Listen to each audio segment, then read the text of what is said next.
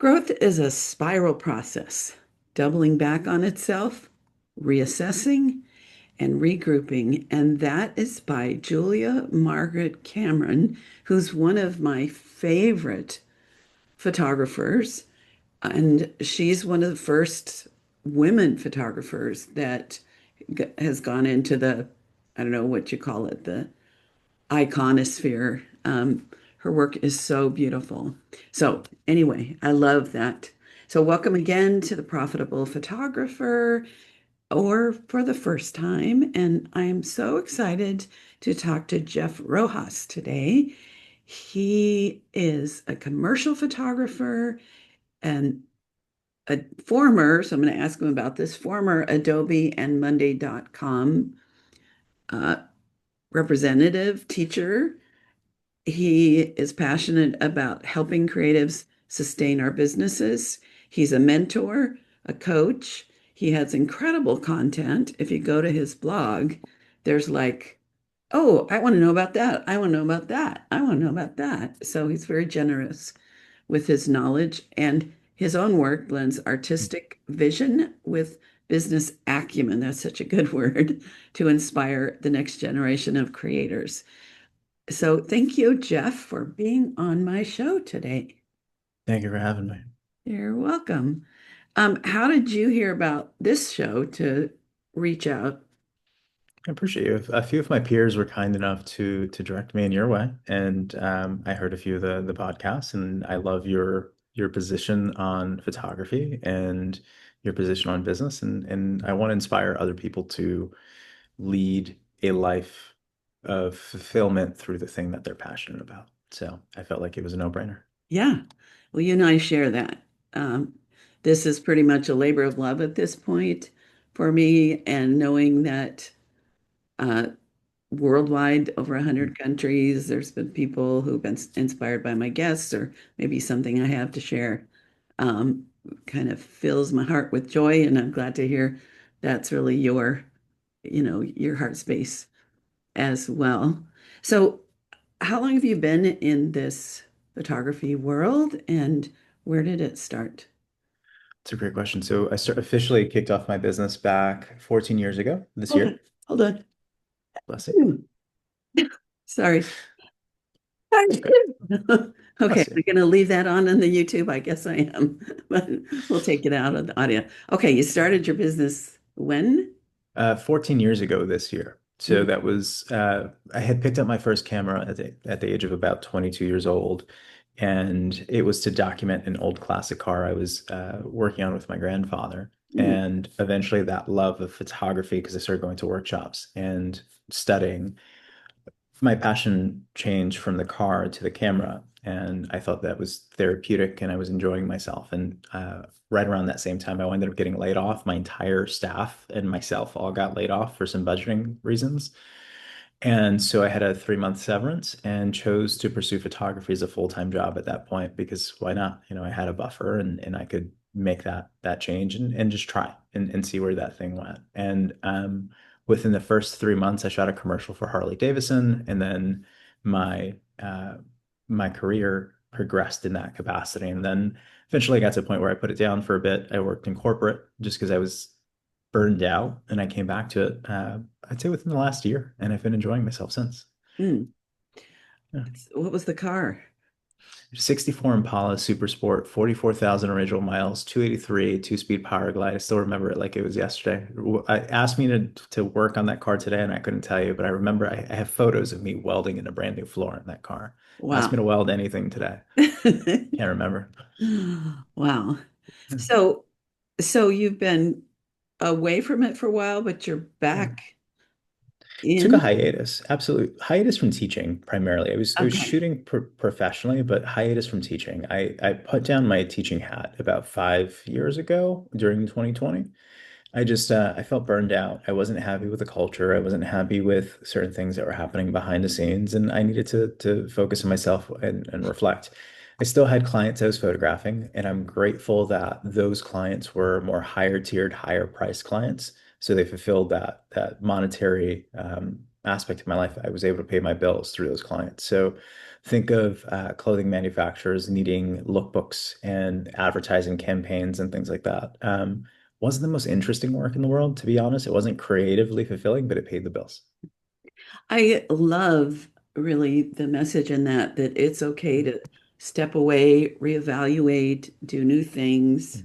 reinvent yourself, and then find yourself somewhat back where you were, but Mhm. you can never step in the river, this or the same river because water keeps flowing, right? You're right. So Yeah, did I kind of summarize some of that absolutely. journey? Yeah. Absolutely. I think that in itself is worth listening to this podcast because I this kind of career, or maybe even life itself, in my experience, is not a straight line. Mhm. Do you have thoughts on that?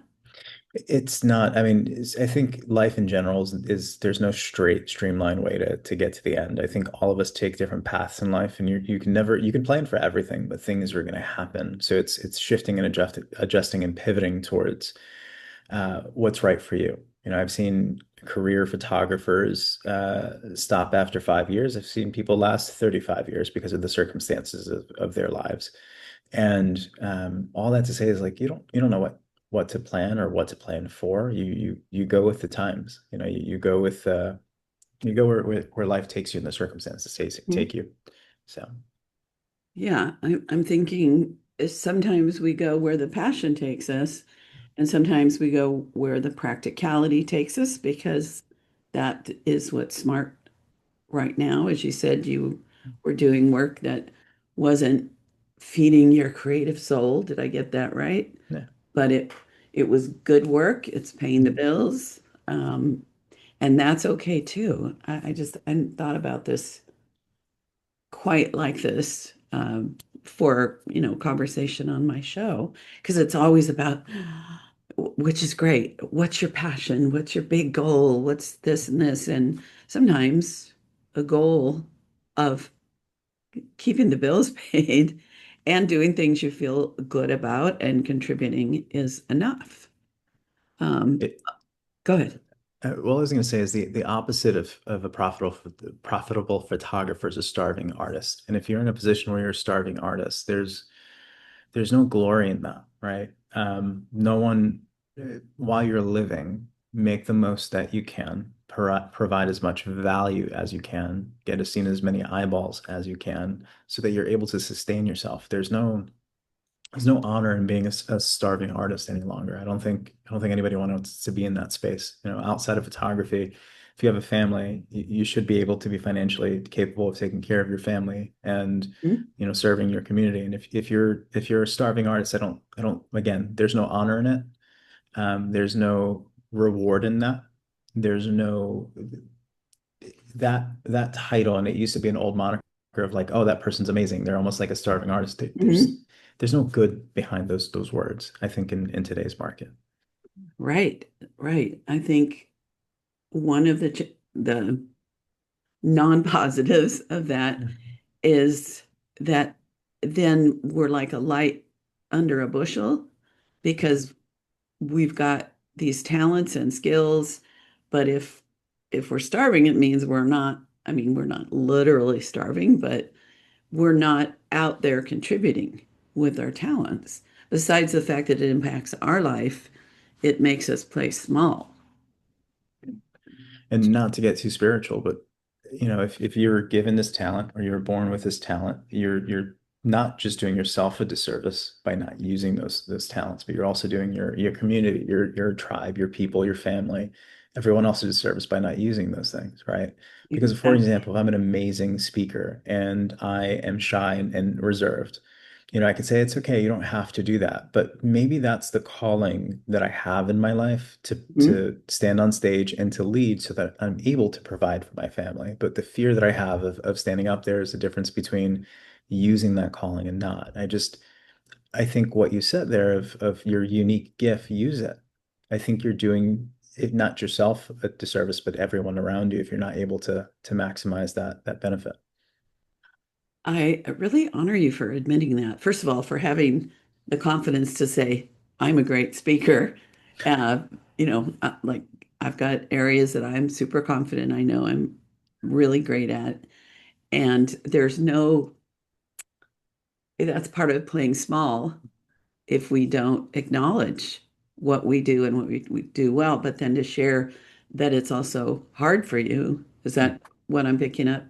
That the getting like, oh, I'm going to get on stage and do this darn thing isn't like you don't crave the attention. You don't crave stage time, but Yeah. you have a responsibility to honor your talents and help other people. So it's coming from a generosity. Is that? Absolutely. My innate nature is very much a recluse. I purposely live in the middle of the woods by myself, Mm, right? That's kind of the thought process behind it. I don't, if I'm very much an extroverted introvert. So if I did stand on stage, I generally will go back to my little hobbit hole for 2 or 3 days because that it's mhm, safer there for those days. But I've learned that if I stay in that environment like I did for 5 years, I noticed that I crave being on that stage because it's mhm, the unique talent that I've been given and I'm not using it and I'm not living to my best by not using that talent and tool. It's like taking a paintbrush away from a painter mhm. and throughout the rest of their life they get to see everyone painting, but not just perfect the way that they would do it, right? Right. And that's that unique talent that I think we're all given. What is it that brings, what is it that you uniquely have that you've been gifted with, that you've been anointed with to be able to capitalize on that for no better terms? Mm-hmm. My last interview, and thanks for sharing that. It's so wise. We talked about how getting started in a direction, like getting your boat in a river, we may think we're going this one way, but whatever universe, what, you know, whatever it is that directs us or our own inner guides, we may end up in an entirely different place. But if we're in the river and, it's a lot easier to be guided to our true calling to find, because some people that are listening may not even know what their talents or gifts are. Mhm. But do you have thoughts about like just getting out there, Yeah, getting started? so I don't want to get too preachy, but it's something that's important to me. So maybe I'll say it and feel free to cut it, should be it. But this is how I see things. I am a Christian, born again Christian, and throughout the biblical aspect of things, if you look at somebody like Samson, Samson was given the jawbone of a donkey to defend himself. He wasn't given a sword. He wasn't given a long sword. He wasn't given a bow and arrow. He was given the jawbone of a donkey. That's what he was anointed with at the time, and Mhm. he was able to defend himself and actually and do God's work through that unrefined tool.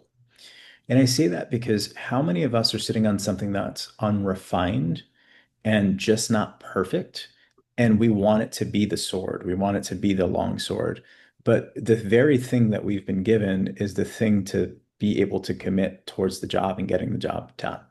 And Mhm. so I'm not a person that needs to have the perfect situation. I'm not a perfect person that has to have the perfect skill set. I'm willing to try. If I'm anointed with that thing or if I'm blessed or called to that thing, I'm gonna go and try. And I think that's the most important thing that anyone can do. I love that. Okay, so I'm a preacher's kid, so I know all the stuff too. And I'm thinking about the story of Jonah and the whale, and he was supposed to go to, was it Nineveh? No. Something. I can't remember that part. And he tried to run away, and a whale swallowed him up and dropped him off on the shore where he was supposed to be. So, moral of that story, you can run, but you can't hide, right? Absolutely. Yeah. Absolutely. Yeah. So sometimes we can't avoid our destiny, but I love what you said about it, like doesn't have to be perfect. And what is perfect? How do we define perfect? There is no such thing in my opinion. There I love isn't. Go ahead. I was gonna say is there isn't. I don't. Artists tend to not want to try because it's not going to be perfect or it's not going to be ideal. I can tell you that I'm a better photographer than I was 14 years ago, Mm-hmm. 15 years ago. I can guarantee you that. And even now, there's marginal growth. It's not that I'm making leaps and bounds like when I first picked up a camera, but I can tell you that there's marginal growth in effort and guidance. And the tools that you and I are using today, if you're using a Microsoft product, I love the technology wholeheartedly, but that came out before I was born, and we still have glitches in the system today. So it doesn't need to be perfect. Same with Apple products. I use Apple products every single day, and same ordeal. There's little glitches and things that happen. They're not perfect. They're good enough. Mm-hmm. I love that. Yeah.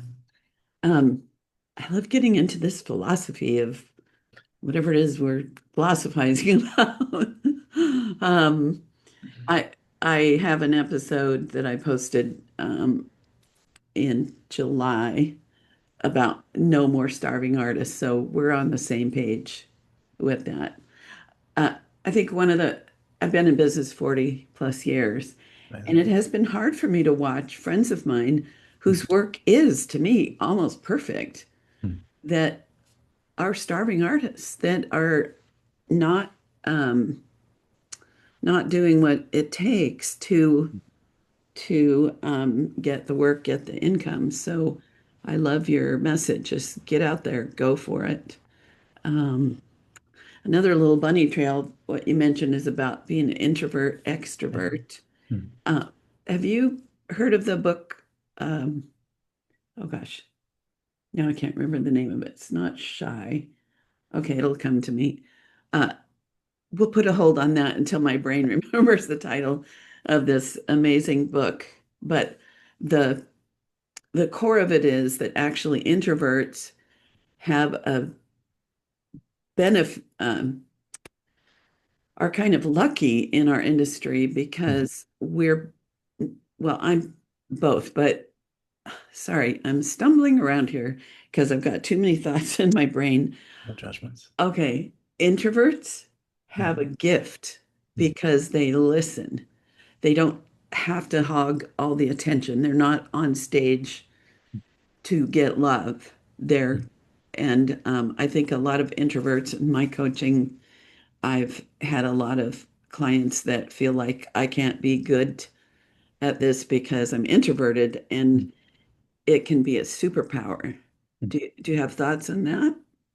Yeah, so if we sat in a room and it wasn't on a Zoom call and we weren't doing a podcast and I was meeting you for the first time, what you will quickly realize is that I ask a lot of questions about you because I'm inherently interested about people's stories and where they came from and the things that make them tick. It's almost dissecting the very person that's in front of me to like thought process in terms of who they are today.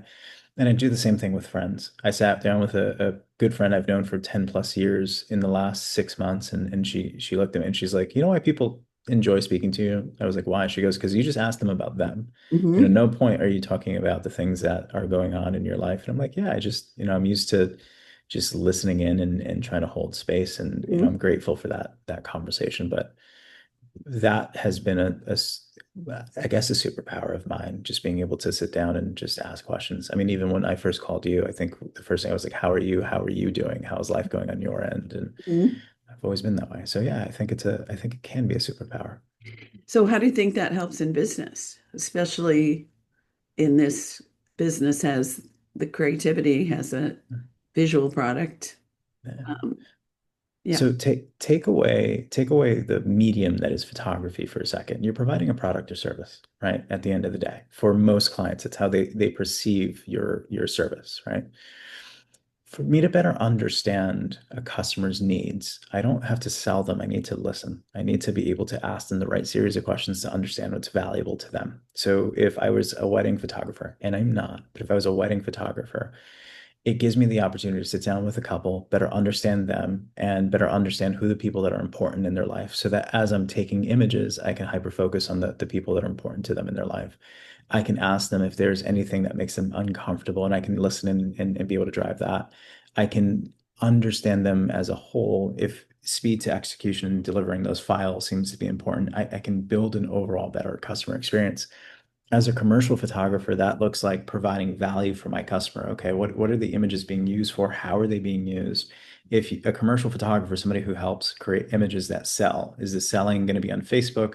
Is it going to be on Instagram? Is it on billboards? Is it on product packages? Like, where is that ultimately going to live? So me just listening in helps me better identify, okay, if it's a retail store, here's the target demographic, here's who we're trying to sell to in that area. Just asking those types of questions unlocks new opportunities for value and increases my perceived value to the customer that I can start charging accordingly. Hmm. So I like that because I come from the I don't know what we'd call it, the personal photography end of the Mm. world versus commercial. Yeah. And I find it really interesting that because I always think, if I'm booking a bride or a mom or an individual and being able to have that curiosity and listen and learn about them is so handy in the personal world. I love hearing that in the commercial world, that's also a really important um, skill, really important action is not just to say, here's what I do, do you want it? But to really pay attention. Yeah. It's like maps across the whole, you know, I don't know. That was a good sentence, except I couldn't finish it. It's Anyway, okay. Can I ask you this? Have you ever photographed a professional, a lawyer, doctor, dentist, a real estate agent? Have you yeah. ever done work for them? Uh-huh. So by definition, you've done commercial photography. Yes. Right. So when you think about it from that capacity, what was the difference?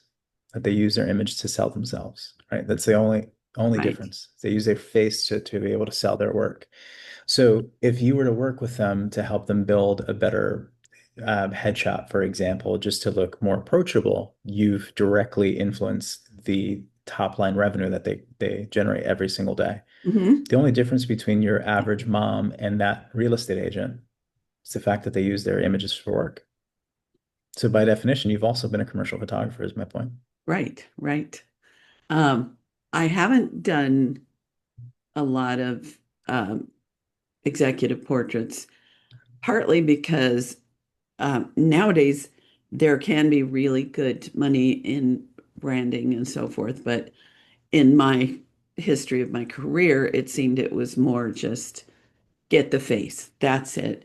And it felt cold and dry and not, I couldn't see the intrinsic value compared to a portrait of a child or a family that's going to live in their, archives and life and walls forever.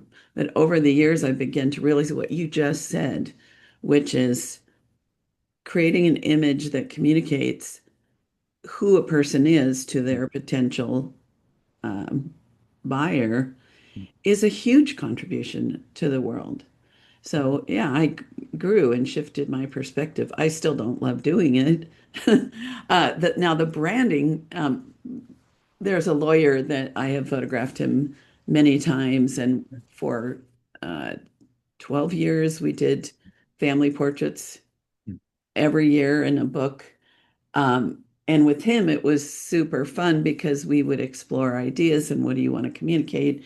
And we'd go spend an afternoon together, and I'd do portraits for his website. He loved to be in front of the camera.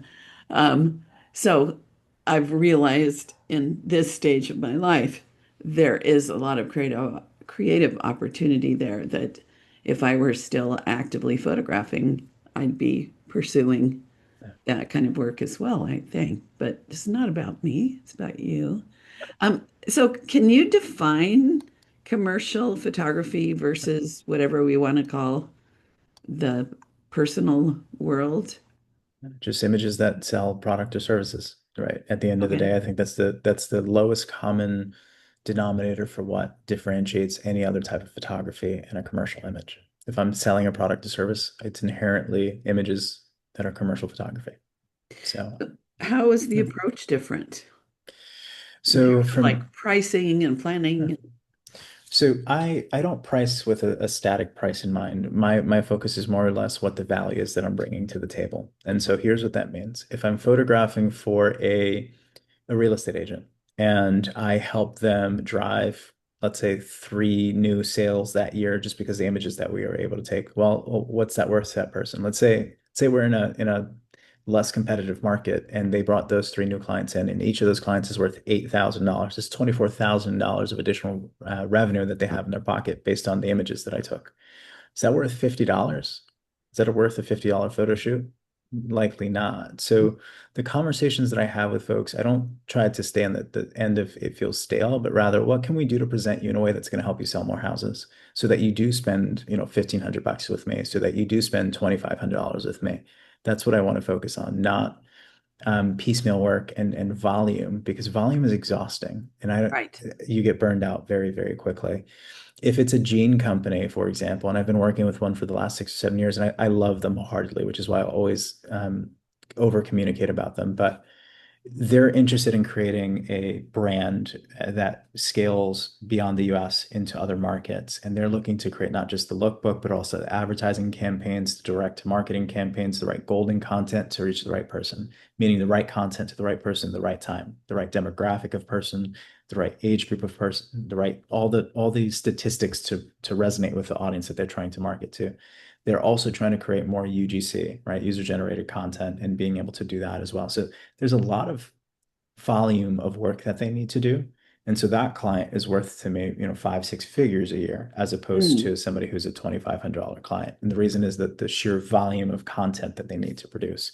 So I'm grateful for that opportunity. And then you have others that are just interested in, let's say, I had a friend of mine who loves shooting headshots, and she's like, I don't know where to find work. And I said, go to Google, go right now to doctors and lawyers in your area and figure out who doesn't have a bio photo, right? If somebody doesn't have a profile photo for their business, that's a problem because it's 2025 and people judge people based on their appearance. And if mhm. they judge you based on your appearance, how does that affect your work?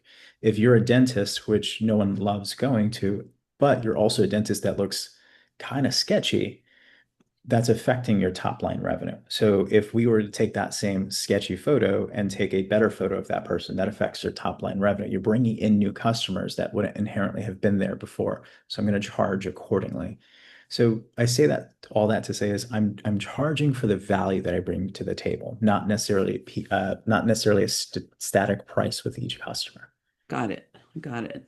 And it sounds like you do a great job of helping them understand so that they're willing to, instead of being like, yeah, but so and so around the corner got a headshot for $150, you are great at helping educate them so that they know what they're choosing, why they'd want to choose you, or why it might not be what they want. Is that a fair So statement? yes, and in business, so I worked as a go-to-market manager for both Monday and for Adobe, specifically Adobe for about 7 years, driving the top 500 enterprise accounts that we had. And this is the line that I would always use with every single CEO that I've ever met. We're not we're not here to be a vendor, we're here to be a partner. Mm. I'm here to help you truly be successful, and that partnership looks like working together towards an execution. If you're looking for someone to just provide you a product or service, this might not be the right relationship, I right? love So that. if you want a partnership, I'm more than willing to work with you on in terms of driving that, but I don't want to do a disservice to you by just selling you a product. I want to be able to partner with you to truly be successful. So okay, that person's charging $100, but do they have your vision in mind a year from now, or are they expecting you to come up with what that looks like? Hmm. So I'm here to be a better partner to you to better serve you. And if that looks like you paying a little more, so be it. So what I'm hearing, uh, that in this industry, building relationship, communicating, serving, listening, it is all like the core, whether it's a mom with a baby or, the CEO of a Fortune 500 company, that the interpersonal part is key to our success. Do you have Absolutely. more thoughts on Serving that? Serving, you're absolutely right. Serving for me is the most important thing that I do as a business owner, especially this tier in my life. And so we talked about a little bit about faith before, but this is important, I think, for most people to understand my mindset now. My mindset prior to faith was what's in it for me? Hmm. Okay. And it was very much centric to my person. Okay, if I'm going to work with this client, how much money am I going to make? Okay. What I changed was the way that I led my relationships with clients, right? If Mhm. how much can I serve to provide enough value to justify the investment? So the difference of that is one's about me, one's about the client. And what I found was if I'm serving the client, not only do I get a chance to, let's say if I'm making them $1 million a year, and I'm being facetious right now for the sake, but if I make them $1 million a year, and I take a small percentage of that, they're more willing to continue working alongside me as opposed to when I would charge before, I would care less about what they were going to make and just say, it's going to cost you 25 grand to do this thing. By serving them, by communicating, this is how I'm going to help you align and address your specific needs, they'll continually invest in me as a proponent of that. And the acts of service of being able to do something for someone else, they feel like you're invested. And that goes back to the partnership thing. It's not just a vendor relationship, it's now a partnership to drive success forward. So I think it's the being of service, being communicative with that service, and then just providing value. I think those are the top three things that you can do as a photographer.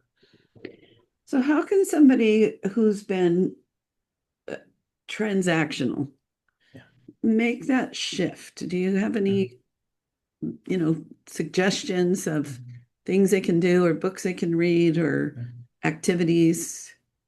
Change your mindset. That's the first thing. Change your mindset of set instead of thinking for yourself, start thinking about your client. What's in it for the client? What are they getting? Hmm. And I say that because going back to the conversation before, if I'm trying to serve this person and I'm trying to work for this person, I need to be able to have them in mind first. Not, and here's the thing. I know that most people need to put on their pay for their lights and put food on the table. I understand that. Put those feelings aside for a moment and think about what the person is that you're standing in front of. If you provide enough value to that person and they have the means, because that's the other thing, they have the means to be able to do to pay for that, being able to serve that person, you're able to pay for yourself. But if you focus on nickel and diming everyone, it tends to antagonize people and they push away from you and they're going to look for someone that's cheaper. The fastest way to become, I would say, successful moving towards wealthy as a creative is to do work for wealthy people, Hmm. right? The more that you can do work for wealthy people or people of means, the more likely you are to continue sustaining yourself. And if you work in a serving attitude towards people of stature, you're in a much better position. I found when I was trying to just sell anyone, right? So if we go back to the volume aspect, not everyone has the money or the means. And if I'm just thinking about myself, not only am I misaligned towards selling to the right person, but I'm also doing it from a selfish standpoint, they can't afford to invest in my product and service. I'm fighting a brick wall in many different ways, Hmm. as opposed to the adverse. So if you're a person who's done transactional relationships, I encourage you to start thinking about who you're communicating with, who your ideal client is, finding people of more wealth and means, and being able to communicate value to those specific people at a minimum, and start there. I love that. I had to do a shift. I used to think that wealthy people somehow were not kind, were not Mhm. good, that uh, like money's the root of all evil, but that's not the actual scripture. It's the love of money. And um, uh, some point in my life, I had an awareness that people who are highly successful often are the warmest, nicest people because just like what we're talking about, for us to be successful in our endeavors, it's about relationships, connection. Um, sure, there's a lot of rich, greedy jerks There's- out there, but they're not going to want to book me. But money does not, um, you know what I'm trying to say? Money doesn't make somebody good or not good or kind or not kind. But interestingly, so many of the people who've invested well and had the most resources, for me, have been the nicest people. Mhm. And sometimes it's weird, the people that want to pay the least are the ones that are the most difficult and penny pinching and manipulative. Thoughts on that? I'm going to go back to something that you said and I loved, which was, money effectively, money's just a resource at the end of the day, and it doesn't define who a person is. Money for me is a multiplier, Mm, meaning it amplifies a person's true personality. So if you have somebody who loves cars and they become a millionaire overnight, where are they going to spend their money? They're going to spend their money on cars. hmm Adversely, if somebody is an alcoholic, unfortunately, and we've seen so many of those stories where somebody wins the lotto and they die of a disease because unfortunately that just gave them more access to that thing. When someone has wealth and they already were a person with an attitude and always thinking that they were better than everyone else, that just amplified their true personality. So I say that because I grew up relatively poor. I love my family and they provided everything that they could, and I'm grateful for those things. hmm But I always had this animosity towards kids who had wealth because, they had and I didn't. Their parents didn't have to tell them no.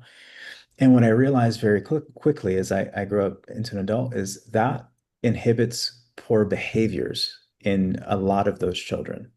And hmm so they start making choices differently because of the fact that they have a buffer. And so what I mean by that is for example, I dated somebody whose father owns a house next to Jay Leno, and that's their second home, right? So they're very, very wealthy in my hmm 20s. Her father was well-to-do, CEO of a large organization. He had three kids. One of them was a recovering alcoholic. The second one was 29 years old, still living at home, couldn't pay his own bills. And then the third one drove mom and dad's car, which was like a $150,000 BMW, like a toy that she would just leave at her golf course job hmm somewhere.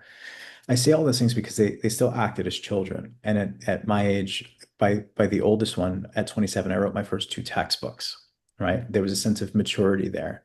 So I hmm felt like their father, through wealth, enabled their poor behaviors. And so they were less prepared for life because of those things. hmm I'm gonna go back to the beginning of this. Therefore, I'm grateful that I grew up the way that I did.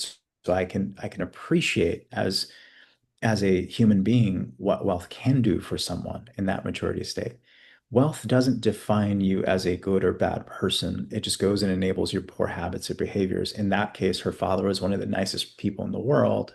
If I was a photographer, that he invested in his family.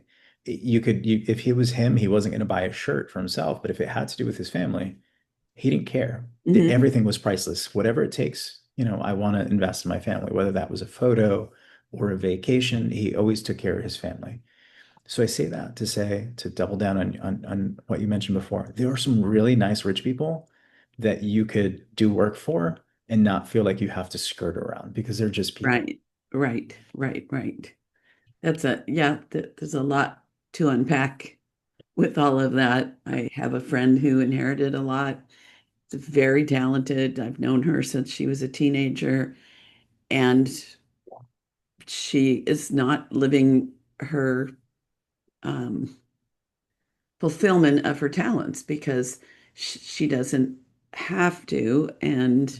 Um, and I know people like I photographed Phil Mickelson and his family for 8 years.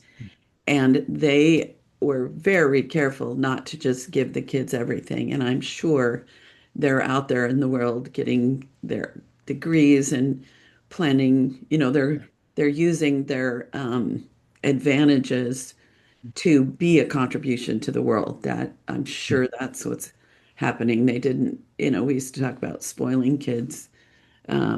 And they, like Christmas, it wasn't like they got 1,000 presents. They got an allowance, they got a moderate amount of things. So, yeah, we're kind of in a diversion. But what I'm thinking with all of this is that money is complicated, relationships to Yeah. money, um, but that thinking that people who have it are somehow bad people, I'm glad I cleared that out of my mind. And I also, preachers don't get paid a lot in the area I grew up in. There are some Yeah. very wealthy ministers, but that was not my life. And I'm grateful I learned to budget and Yeah. um, value the things I had and so forth. So, yeah, I like your story. We are almost out of time, and I could just talk to you forever. I wish there was like a little magic wand where we could just meet for lunch uh, Listen, soon. all we have to do is just fold over both coasts, and we'll Yeah, make that happen. exactly. So you mentioned that you have some things to share about the future of creative entrepreneurship. So Yeah. tell me about that.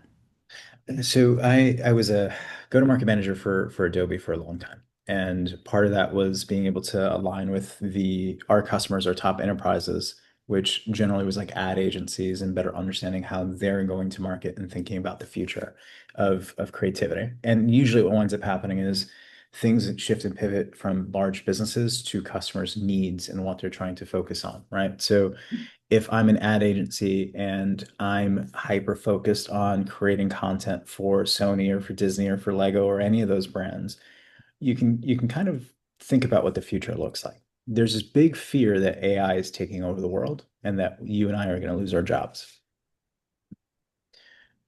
AI is really a force multiplier for us to be successful. And I say not replacing the images, but really the tool that is AI helps us gather information from clients faster, helps us be able to market to clients faster, helps us be able to validate and quantify every single lead, whether or not we're grade every single lead to see if that's the right ideal customer for us, all the way to delivering to different people, all the way to writing blogs or articles and being able to supplement you as a person.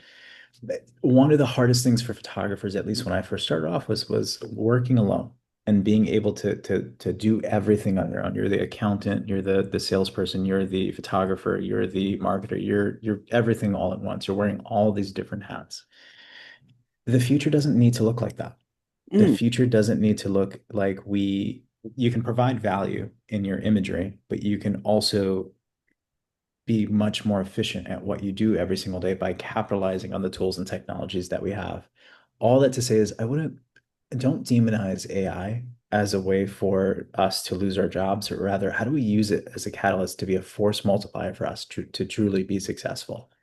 And I think as you start thinking about 15 years ago and now, those folks that know how to use those tools and leverage them effectively will see success, as mm. opposed to those of us that can't shift and pivot to the technology, I think are going to be the laggards of the group.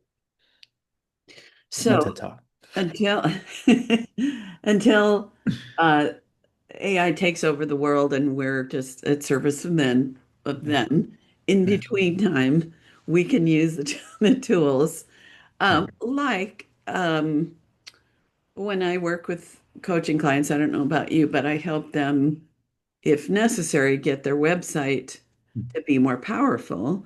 And I've spent a lot of time over the dozen years that I've been coaching trying to help them write their bio, write good words, you know, all the things that you want on a website. And lately, we've been able to come up with some ideas, plug it into AI, see what they come up with, refine it, and it's like a tenth of the effort to come up with something powerful. Or I used to have a virtual assistant to do my show notes, and now I put in things, and they it whatever it is summarizes, and then I can put my own personal thoughts and things in there. But I see what you're saying that there's these tools now. Um, even, you mentioned Photoshop. There's so many things we can do in Photoshop to enhance an image that isn't, um, if someone's a purist, I think it's still okay to put a more beautiful sky in the background of an image. Yeah. Um, so all those things. Am I getting you right? Is that? kind of on track? Yeah, just using it to be able to be much more impactful with everything you do. Even something so simple as what you mentioned before about the sky. You're talking about mixing mediums, right? That's what we would have called that 100 years ago. Hmm. You take different and think of digital photography. When digital photography, quote unquote, replaced film photography, people demonize that. They're like, well, this isn't really photography. And then how Hmm. many of us are having that conversation anymore? Yeah. Yes, And I was a big resistor of it because, well, first of all, because until a certain point when I think it was Canon's, uh, I don't, can't remember that there was a certain camera that came up that I was like, oh, okay, now I see that I can create images that have the same quality, but I wasn't seeing the quality, so I fought it from there. But I also knew it was like taking on a second job to be a digital photographer. And I liked that I could send my film to the lab. They did all the work, they did the printing, and I could, it was simpler, but it's, there's so much more I can do with photography. And I love not having the anxiety for a week, waiting for the film to come back, hoping I didn't mess something up to the point where I was going to be sued and lose my house, or, you know, not catastrophic thinking or anything like that. I get that. you know, Definitely uh, get that. there's always that anxiety. Well, this has been so great to talk to you, and I love getting into, deeper thoughts about life and success and creativity and just being a human. By the way, the book is called Quiet. If you're Okay. a reader, Write it down. you'll love it. It talks about introvert, extrovert.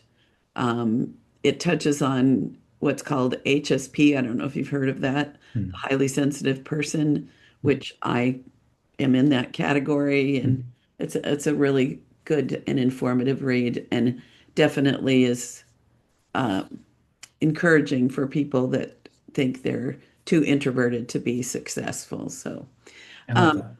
okay, two questions. Yeah.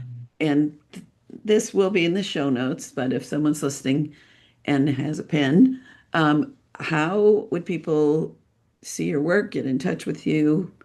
connect, etc.?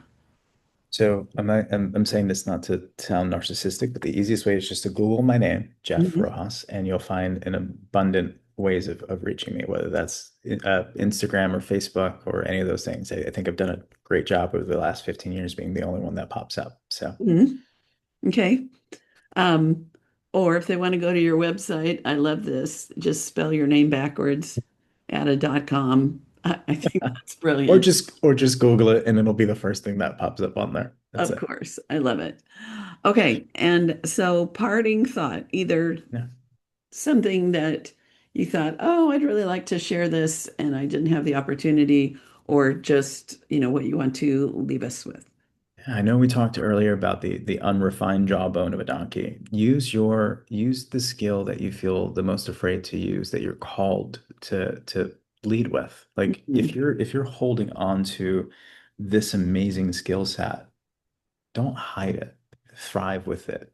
Pick it up, learn how to use it, and just make the most of it. But don't settle it down and don't wish for more because you weren't given a sword. Take what you have and make the most of it. Well, thank you. Wow. I love this. I'm so glad we got connected, and let's figure out how to fold that map so we can hang out. I love it. All right. So, everybody, thank you for uh, staying till the end, and be sure to share and subscribe. If you haven't found us on YouTube, we're over there. If you haven't found us on all the podcast platforms, we're there. And have a really great rest of your summer, Mr. Rojas, Thank you. and You as well. talk to you later. Thank you so much.